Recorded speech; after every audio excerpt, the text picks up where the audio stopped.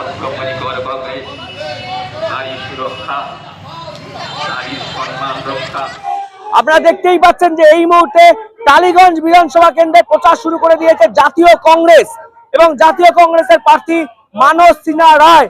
তিনি কিন্তু কার্যত আজকে প্রচারে নেমেছেন জাতীয় কংগ্রেসের পক্ষ থেকে। তার কাছ থেকে আমরা কিছু কথা শুনে নেওয়ার চেষ্টা করব। দাদা, একদিকে হচ্ছে তৃণমূল কংগ্রেস, আরেকদিকে রয়েছে ভারতীয় জনতা পার্টি, কতটা চ্যালেঞ্জিং? অবশ্যই চ্যালেঞ্জিং। আমরা দীর্ঘ 20 বছর বিধানসভা ভোটে লড়িনি, এবার আমাদের কাছে বিরাট চ্যালেঞ্জ। পশ্চিমবঙ্গের যখন দুর্দিন, সেই সময় আমাদের এই চ্যালেঞ্জ আমাদের রাহুল গান্ধী প্রদেশ কংগ্রেস সভাপতি আমার উপর দায়িত্ব বর্তিয়েছে। তারা আমাকে দায়িত্ব দিয়েছে, এই দায়িত্ব আমি পালন করব যথাযথভাবে। কারণ বাংলার উন্নয়ন স্তব্ধ, সেই বাংলার উন্নয়নকে আমাদের ফিরিয়ে আনতে হবে, স্বর্ণযুগ ফিরিয়ে আনতে হবে। বিধানচন্দ্র রায়ের যে স্বর্ণযুগ, সেই যুগকে আমরা ফিরিয়ে আনবো, বাংলার উন্নয়ন করব এবং সার্বিকভাবে। দাদা, আমরা দেখলাম যে কালিয়াচকে এই কয়েকদিন আগেই বিচারকদের ওপর হামলা হয়েছে এবং সেটা নিয়ে ইতিমধ্যে রাজনীতিও শুরু হয়ে গেছে। বিচারকদের উপর হামলা, ভারতবর্ষের আইনের উপর হামলা, এটা আমরা মেনে নিতে পারি না। আমরা সবসময় জাতীয় কংগ্রেস বিচার ব্যবস্থার উপর আস্থাশীল। যারা এই ধরনের কাজ করেছে, বিচার ব্যবস্থা নিশ্চয়ই তাদের শাস্তি দেবে। আর এই ব্যাপারটা করা হয়েছে ভোটের দিক দিয়ে। জনসাধারণের যে আর্থসামাজিক অবস্থা, বেকার সমস্যা, দুর্নীতি চলছে, সেদিক দিয়ে মানুষের মনটাকে ঘুরিয়ে দেওয়ার জন্য আজকে আমরা দেখতে পাচ্ছি এইরকম কিছু ইস্যু তুলে ধরা হচ্ছে, যাতে মানুষের মনটা ডাইভার্ট হয়ে যায়, মানুষ গণতান্ত্রিক অধিকার প্রয়োগ করতে বিতস্তব্ধ হয়ে যায়।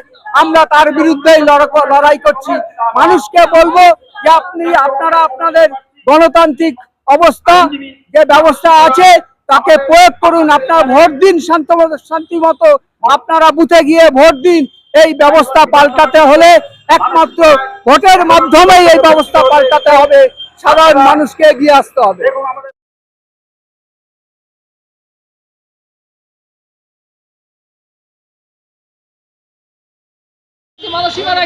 টালিগঞ্জে আপনি বিধানসভায় প্রার্থী হিসেবে দাঁড়াতে চলেছেন, কি বার্তা দেবেন টালিগঞ্জের মানুষের জন্য?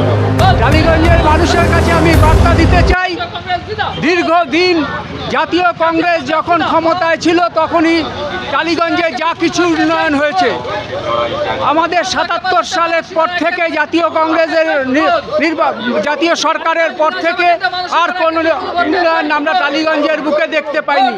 আমরা দেখেছি ভারতের প্রসার ভারতী হয়েছে টালিগঞ্জে স্টুডিও হয়েছে, টালিগঞ্জে মেট্রো রেল হয়েছে, সবই জাতীয় কংগ্রেসের সময় থেকে। তারপরে আমরা কোনো উন্নয়ন পরিলক্ষিত করতে পারিনি টালিগঞ্জের বুকে। আমি এইটুকুই বলতে চাই, আগামী দিনে জাতীয় কংগ্রেস যদি ক্ষমতায় আসে, আমরা প্রত্যেকটা মানুষকে সঙ্গে নিয়ে টালিগঞ্জের বুকে উন্নয়ন করব। মানুষের থেকে আমরা মতামত নেব, কোনো উপরের থেকে আমরা কোনো মতামতকে চাপিয়ে দেব না। মানুষের মতামত নিয়ে আমরা সার্বিকভাবে পরিকল্পনা গ্রহণ করে টালিগঞ্জে আগামী দিনে উন্নয়ন করব, বাংলার উন্নয়ন করব, সোনার বাংলার উন্নয়ন হবে। এবং আমি বলতে চাই, টালিগঞ্জের বুকে যেসব মানুষ এখনো হতাশায় ভুগছে, তাদের বলতে চাই জাতীয় কংগ্রেস জিতে আসলে এই হতাশা দূর করব এবং টালিগঞ্জের বুকে আমরা সার্বিকভাবে উন্নয়নের রেখাপাত করব।